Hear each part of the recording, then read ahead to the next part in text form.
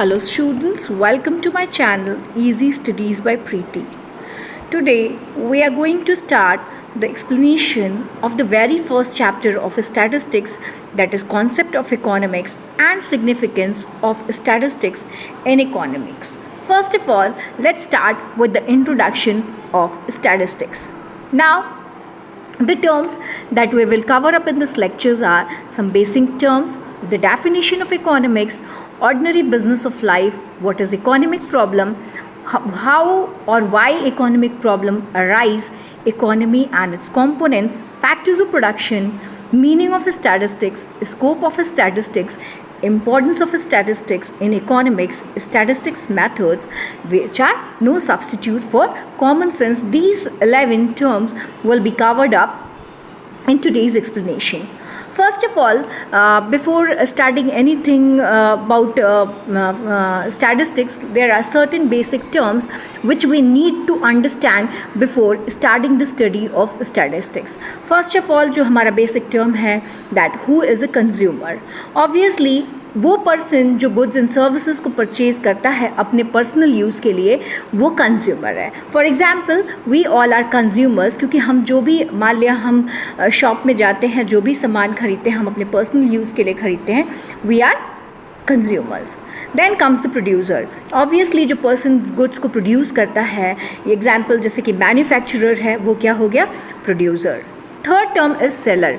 Who is a seller? जो goods and services को cell करता है ताकि वो उनसे प्रॉफिट बना सके, जैसे कि shopkeeper. Fourth basic term in statistics is saving. Saving क्या है? हमारी इनकम का वो पार्ट जो हम कंज्यूम नहीं करते हैं और अपने फ्यूचर यूज़ के लिए रखते हैं, that is saving. Then the fifth term is investment. Obviously, investment से हमारा meaning होता है that an investment, it is the purchase of goods that are not consumed today but they are used in the future to create wealth. Then comes the service holder. Obviously, a person who is in job to earn wages or salary is a service holder. अब service provider कौन है? जो person services को provide करता है for a payment, he is a service provider. Then comes economic activities. Economic activities वो activities होती हैं means कि which are undertaken for monetary gain. अगर हम अपने आसपास के लोगों को देखें तो अपनी living को earn करने के लिए सभी different work कर रहे हैं, या तो कोई primary sector में work कर रहा है, कोई secondary में, या कोई tertiary यानी कि कोई agricultural activities को carry out कर रहा है, कोई industries में work कर रहा है, कोई services provide कर रहा है, कोई teacher है, कोई doctor है. ये सभी work क्यों कर रहे हैं? इन activities को क्यों परफॉर्म कर रहे हैं? ताकि वो उनसे कुछ गेन कर सके, मॉनेटरी गेन कर सके और अपनी लिविंग को चला सके. Then comes the definition of economics.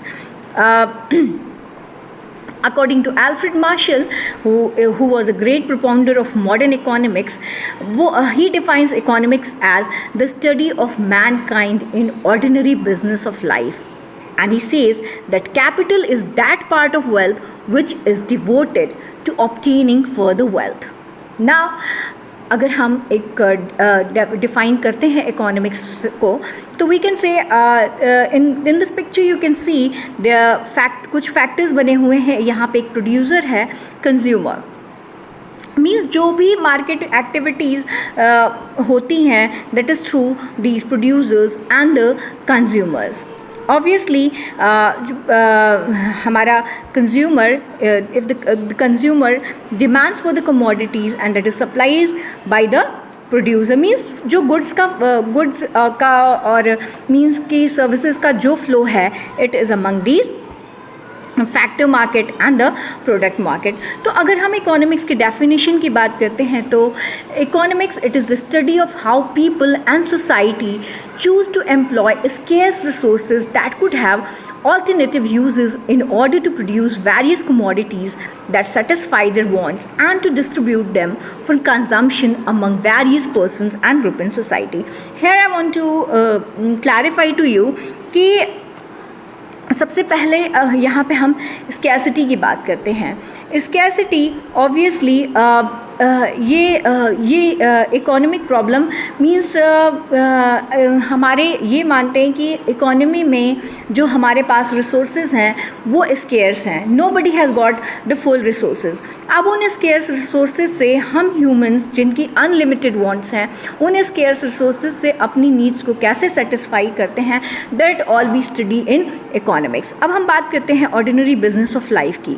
तो इकोनॉमिक्स क्या है? It is a study of Mankind in the ordinary business of life, individual and social life actions which are closely connected to the use of the material requirement, and कोई भी activity which is undertaken for monetary purpose, जो भी activity monetary purpose के लिए ली जाती है उसको economics term करते हैं as ordinary business of life. Economic problems की अगर हम बात करते हैं तो जो भी इकोनॉमिक प्रॉब्लम्स हैं that is the problem of choice. Obviously मैंने अभी ये कहा कि हमारे पास स्केर्स रिसोर्सेज हैं और उन स्केर्स रिसोर्सेज से कैसे हम अपनी नीड को सेटिस्फाई करते हैं। तो ऑब्वियसली अगर हम एक ह्यूमन बीइंग के विश लिस्ट की बात करें तो हमारी विश लिस्ट काफ़ी लंबी होती है, लेकिन अगर मान लिया कि कुछ लिमिटेड रिसोर्सेज हैं और हमें ये कहा जाए कि आपकी सारी नीड्स नहीं सेटिस्फाई हो सकती हैं, तो वहाँ पे हमारे पास प्रॉब्लम आती है, प्रॉब्लम ऑफ चॉइस, कि यहाँ पे हम किसको चूज़ कर रहे हैं और ऑफ मीन्स कि हम अपने जो स्केर्स रिसोर्सेज हैं उनको हम कैसे एलोकेट कर रहे हैं means to other uses due to scarcity of the resources. अब ये जो रिसोर्सेज हैं इनके अल्टरनेटिव यूजेस होते हैं जिनकी वजह से ये प्रॉब्लम ऑफ चॉइस अराइज होती है। इसको हम एक एग्जांपल से समझ सकते हैं। फॉर एग्जांपल हमारी जो भी अर्निंग है, मान लिया कि a student has got 2000 rupees as a pocket money, the parents are happy with the child and they have given him 2000 रुपी। अब उस बच्चे की काफ़ी सारी विश लिस्ट होंगी। अब वो मीन्स मान लिया कि 10 थिंग्स, फ्रेंड्स के साथ मूवी जाना है, I have to go, purchasing करनी है, एंड मीन्स अपनी वो विश लिस्ट जैसे बच्चों की होती है वो बनाता है। तो अब चूँकि 2000 रुपीज़ में all these are not possible, तो अब उस बच्चे के सामने चॉइस की समस्या आती है कि वो अपने ये जो लिमिटेड रिसोर्स है, लिमिटेड मनी है, वो उसको कहाँ जो सबसे ज़रूरी है वो वहाँ उसको यूटिलाइज़ करेगा। अब ये जैसा मैंने कहा कि हर इकोनॉमिक प्रॉब्लम की जड़ क्या होता है कि हम ह्यूमन बींग्स जो हैं हमारी वॉन्ट्स अनलिमिटेड हैं, लेकिन जो भी रिसोर्सेज हमें मिले हैं वो स्केर्स हैं, and these means the resources to satisfy those wants obviously they are limited, और इनके अल्टरनेटिव यूजेस हैं। जैसे मान लिया कि मैंने कहा कि उसको 2000 रुपीज़ उस बच्चे को मिले, अब वो ये सोचता है कि मुझे मूवी भी जाना है, मुझे ड्रेस ख़रीदना है, फ्रेंड्स के साथ पार्टी करनी है। तो ये जितनी भी मैंने ये गिनाए अभी कि ये करना है, ये क्या है, इसके अल्टरनेटिव यूजेस हैं। रिसोर्स स्कैसिटी, ये जो प्रॉब्लम ऑफ चॉइस है, it gives rise to the problem of choice among consumer, और वो वहाँ पे अपनी रैशनल चॉइस को बनाते हैं ताकि वो अपनी डिमांड को सेटिस्फाई कर सकें। ठीक है, now let's see the components of the economy. Obviously अगर हम एक सिस्टम की बात करें जहाँ पे लोग means people they get a living to satisfy their wants through the process of production, consumption, investment and exchange, उस इकोनॉमी के 4 कंपोनेंट्स होते हैं। पहला तो प्रोडक्शन को हम डिफाइन कर सकते हैं as a creation of utility. It is the process in which the inputs they are transformed to goods और services. Second component is consumption को हम डिफाइन कर सकते हैं as uses of goods and services. It is the process by which a good और service is completely used up. अगर हम economy और उसके कंपोनेंट्स की बात करते हैं तो ऑब्वियसली यहाँ हम इन्वेस्टमेंट की बात करेंगे। इन्वेस्टमेंट क्या है? It is a part of production which is committed for future income. Second, मान लिया कि हमने प्रोडक्शन में कुछ पैसे लगाए, तो हम क्यों अपने प्रोडक्शन में पैसे लगा रहे हैं? Obviously in order to get future income. Distribution की अगर हम बात करते हैं तो it is a part of production which explains how the national income is distributed among different factors of production. Now, what are these factors of production? Factors of production 4 होते हैं: land, labor, capital, entrepreneur. Land क्या है? Part of the income. It goes to to the owner of land in the form of rent. Okay, अब production किसी भी production को करने के लिए ऑब्वियसली सबसे पहले लैंड की ज़रूरत पड़ेगी, और मान लिया कि एक फैक्ट्री लगानी है तो सबसे पहले उसके लिए, उस इंडस्ट्री के लिए एक लैंड की ज़रूरत पड़ेगी, और मान लिया कि हमने ओनर से उसका लैंड लिया, बदले में उसको क्या देना पड़ेगा, रेंट देना पड़ेगा। अब जो भी प्रोडक्ट्स वहाँ पे प्रोड्यूस हो रहे हैं उनको प्रोड्यूस करने के लिए लेबरर्स चाहिए होंगे। अब ये लेबरर्स अपनी सर्विसेज दे रहे हैं गुड्स को प्रोड्यूस करने में, तो ऑब्वियसली उनको वेजेस देने पड़ेंगे। So the part of income it goes to the labourer for the service in the form of wages. अगर हम कैपिटल की बात करते हैं तो मान लिया कि उस इंडस्ट्री को लगाने के लिए लोन्स वगैरह लिए गए, तो उसका कुछ पार्ट इंटरेस्ट के फॉर्म में जाता है, means the part of the income it goes to the owner of the capital in the form of interest. Fourth factor of production, that is entrepreneur, the part of the income it goes to the entrepreneur in the form of profits.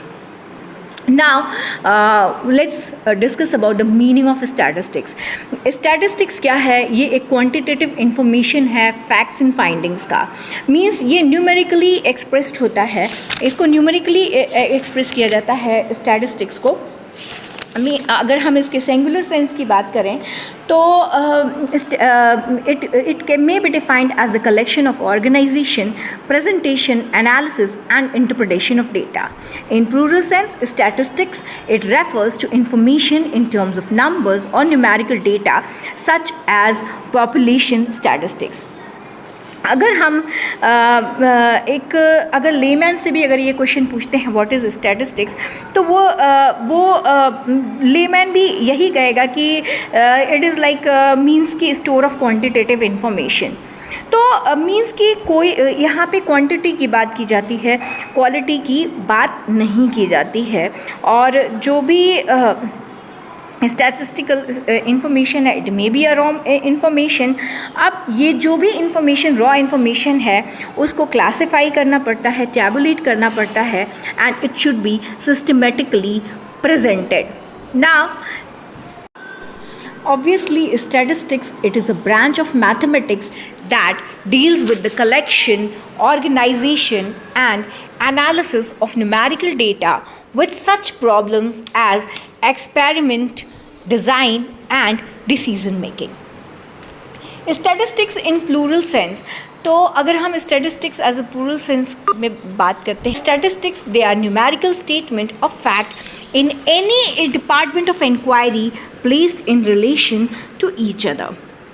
मान लिया कि यहाँ अगर मैं plural sense में बात कर रही हूँ स्टैटिस्टिक्स की, तो मैं उन इंफॉर्मेशन या उन टर्म्स की बात कर रही हूँ जो न्यूमेरिकली मीन्स कि न्यूमेरिक नंबर्स या न्यूमेरिकल डेटा को मैं टर्म कर रही हूँ। जैसे कि पॉपुलेशन स्टैटिस्टिक्स की हम बात करते हैं, एम्प्लॉयमेंट स्टैटिस्टिक्स की बात करते हैं, और पब्लिक एक्सपेंडिचर से कंसर्न स्टैटिस्टिक्स की बात करते हैं। लेकिन किसी भी न्यूमेरिकल एक्सप्रेशन को हम स्टैटिस्टिक्स नहीं कह सकते। For example if I am saying that Ram gets ₹500 as pocket allowance, तो ये स्टैटिस्टिक्स नहीं है, क्योंकि यहाँ पे ना तो एग्रीगेट की बात की गई है, ना ही एवरेज की बात की गई है, ना ही किसी कंपैरिजन की बात की गई है। लेकिन अगर मैं ये कहती हूँ कि the average pocket allowance of the students of class 11 is ₹500 per month, या अगर मैं ये कहूँ कि there are 80 students in class 11 as compare to just 8 in class 12 of your school, so this is statistics. Okay, जैसे मान लिया मैंने कहा a cow has 4 legs, it is not statistics. But if I am saying that average height of the 26+ male people in India is 6 feet compare to 5 feet in Nepal. तो अगर हम plural sense में definition की बात करते हैं statistics की, तो obviously statistics are numerical statements of facts in any department of inquiry placed in relation to each other. Statistics, by statistics we mean quantitative data which is affected to a mark extent by the multiplicity of causes। अब इसके कुछ features हैं हमारे statistics के plural sense में, means as numerical data.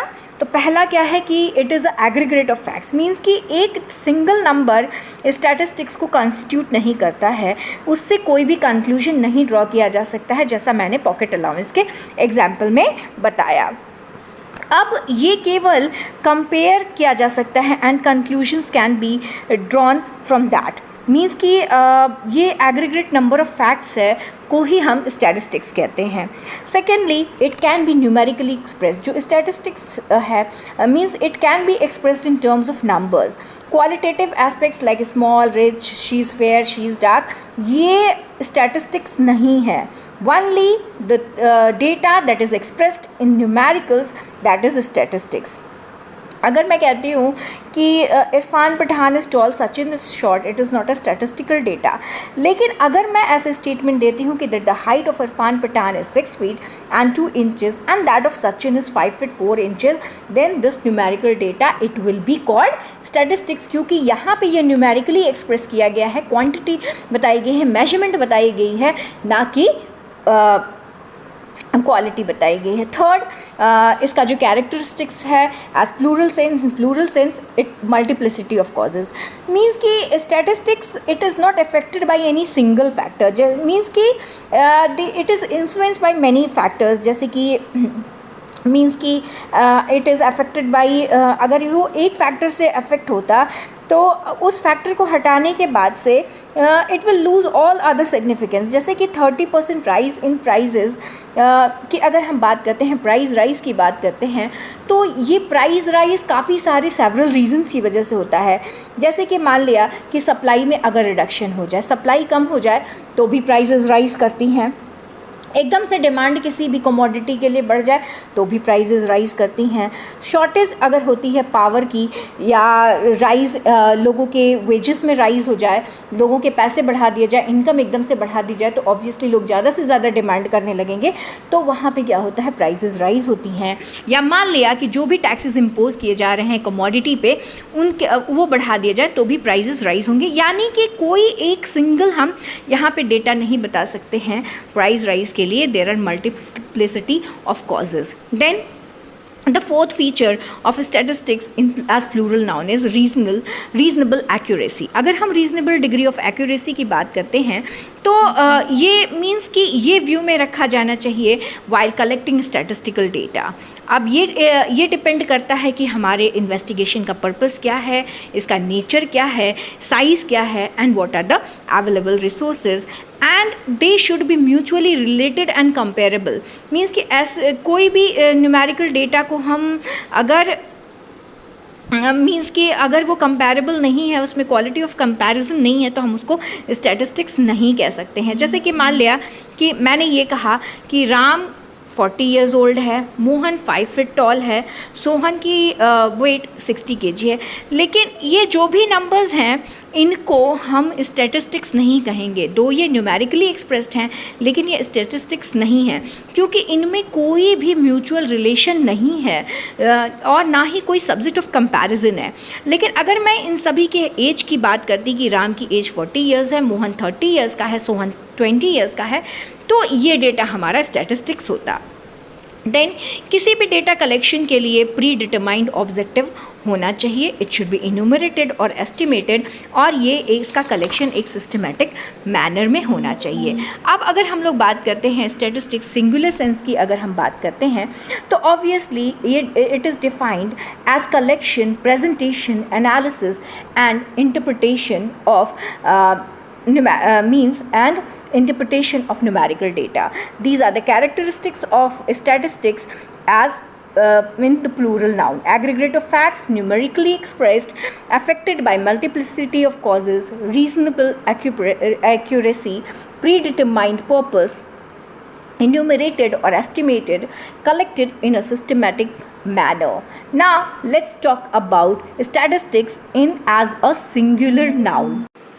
अगर हम statistics as a singular noun की बात करते हैं, जैसा मैंने पहले ही बताया, तो हम टेक्निक्स या मेथड्स को रेफ़र कर रहे हैं जो कि रिलेटेड हैं कलेक्शन, क्लासिफिकेशन, प्रेजेंटेशन, एनालिसिस और इंटरप्रिटेशन से क्वांटिटेटिव डेटा के. As in this figure also you can see that ये स्टैटिस्टिकल स्टडी के स्टेजेस को ये मेरा फिगर दर्शा रहा है. Where you can see that the first, पहले data it is collected, then there is organization of data, presentation of data, analysis and interpretation of data.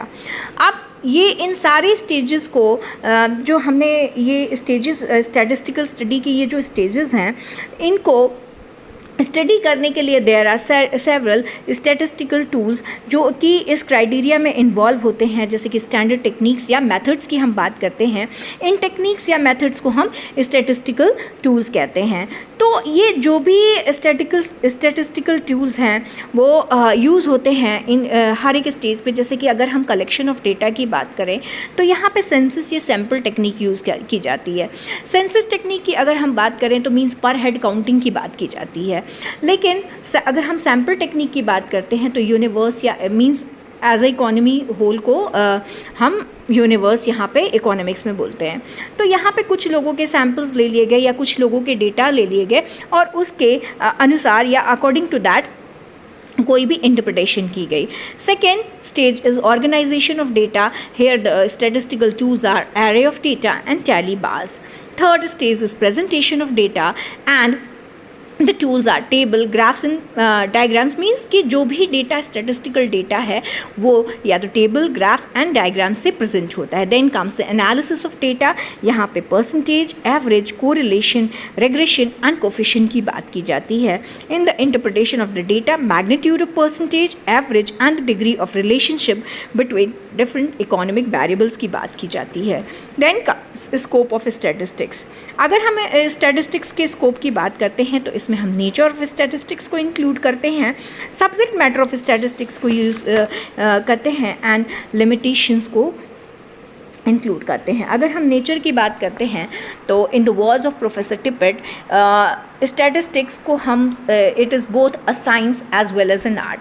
Science में इसको साइंस में इसलिए कैटेगराइज करा गया है क्योंकि इसमें जो भी स्टडी होती है वो न्यूमेरिकल डेटा मीन्स वो स्टैटिस्टिक्स न्यूमेरिकल डेटा को स्टडी करता है और एक साइंटिफिक या सिस्टमेटिक मैनर में। जैसा हमने देखा कि collection of data, organisation of data, ये सारे स्टेजेस की बात हमने की, एक साइंटिफिक मैनर में स्टडी करता है। लेकिन एज अ आर्ट अगर हम इसको जस्टिफाई करते हैं तो यहाँ पे जो भी क्वांटिटेटिव डेटा जो भी स्टैटिस्टिक्स में लिया जाता है, जैसे पॉपुलेशन की बात की जाए, अनएम्प्लॉयमेंट की बात की जाए, पॉवर्टी की बात की जाए, तो ये सारे जो डेटा होते हैं वो हमारे रियल लाइफ प्रॉब्लम से रिलेटेड होते हैं।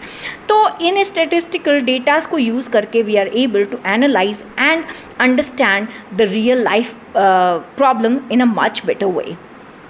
Then comes the subject matter of statistics. अगर हम सब्जेक्ट मैटर की बात करते हैं तो इसके टू कंपोनेंट्स हैं, descriptive statistics and inferential statistics. Descriptive statistics की जब हम बात करते हैं तो हम उन मेथड्स की बात करते हैं means which are use for the collection, presentation as well as analysis of data. अब ये जो मेथड्स हैं ये रिलेट करते हैं एस्टिमेशन से, जैसे कि मेजरमेंट ऑफ सेंट्रल टेंडेंसीज की बात की जाती है, मेजरमेंट ऑफ डिस्पर्शन की बात की जाती है, मेजरमेंट ऑफ कोरिलेशन की बात की जाती है। जैसे कि मान लिया एक एग्जांपल है कि हम डिस्क्रिप्टिव स्टैटिस्टिक्स को तब यूज़ करते हैं when we have to estimate average height of the secondary students in our school. जैसे कि मान लिया कि हमें मार्क्स को पता करना है कि बच्चों को साइंस में कितने मार्क्स मिले हैं, मैथमेटिक्स में कितने मार्क्स मिले हैं, तो ये इन ऑल द क्लासेस, तो ये क्या है, these all are intimately related to each other और यहाँ पे हम हर एक बच्चे का डेटा लेते हैं। लेकिन अगर हम इन्फरेंशियल स्टैटिस्टिक्स की बात करते हैं तो हम उन सारे मेथड्स को यहाँ पे इंक्लूड करते हैं जिनसे कंक्लूजन्स ड्रॉ किए जा सकते हैं, मींस कि टू द यूनिवर्स और population on the basis, sample के बेसिस पे कोई भी कंक्लूजन ड्रॉ किया जा सकता है।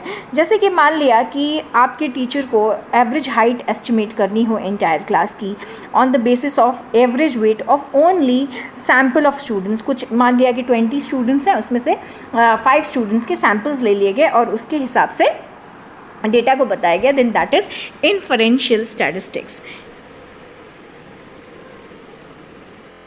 Now let's talk about the scope of statistics. अगर हम स्कोप की बात करते हैं तो obviously there is scope of statistics in planning. Planning, it is a combination of vision, goals, objectives, strategies, policies, etc. और यहाँ पे statistics help करता है to get the necessary information about the planning which depends on the analysis of statistical data. In economics की अगर हम बात करें तो statistical analysis they are used in solving different economic problems like consumption, production, distribution, investment, unemployment etcetera, और जो भी tools है like time series analysis, demand analysis, forecasting techniques, they all are used. In business, it helps business to test and make correct decisions about the location of the business, marketing the product, financial resources, etc.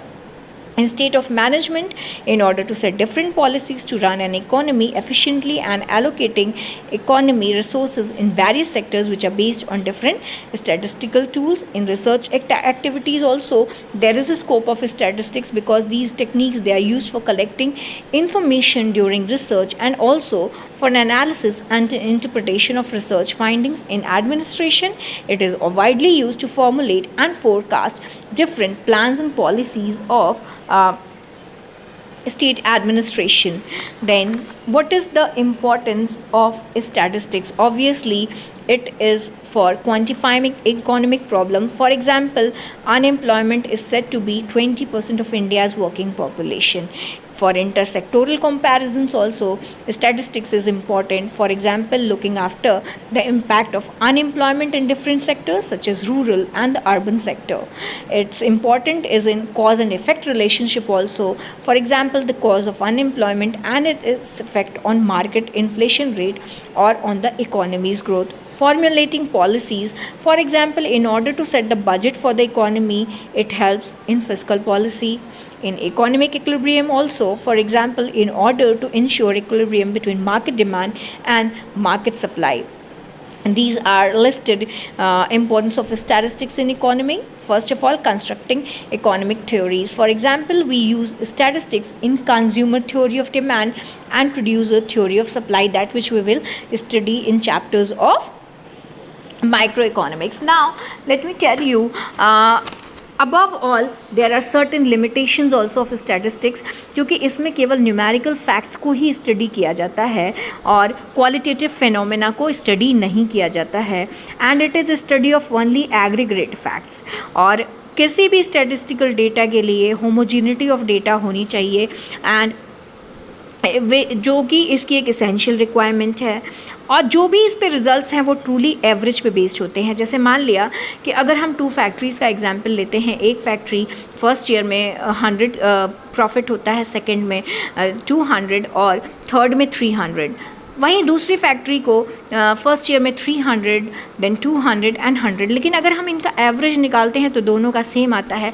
जबकि हमने देखा कि progress की अगर हम बात करें तो फर्स्ट फैक्ट्री ज़्यादा प्रोग्रेस कर रही है. तो these are truly based on average, and without reference results they may be proved wrong. और इनको केवल एक्सपर्ट्स ही यूज़ कर सकते हैं. और अब ऐसा कहा भी गया है कि statistical methods, they are most dangerous tools in the hands of an inexpert and they are prone to misuse also. अब हम ये स्टैटिस्टिक मेथड्स की बात करें तो ये they are not substitute to common sense. ये they can be misinterpreted, they may be politically influenced, and these data में involve personal bias, and it can be also manipulated, and these data may fail to reveal the errors committed. So this was all about this chapter. If you liked my video, do subscribe to my channel.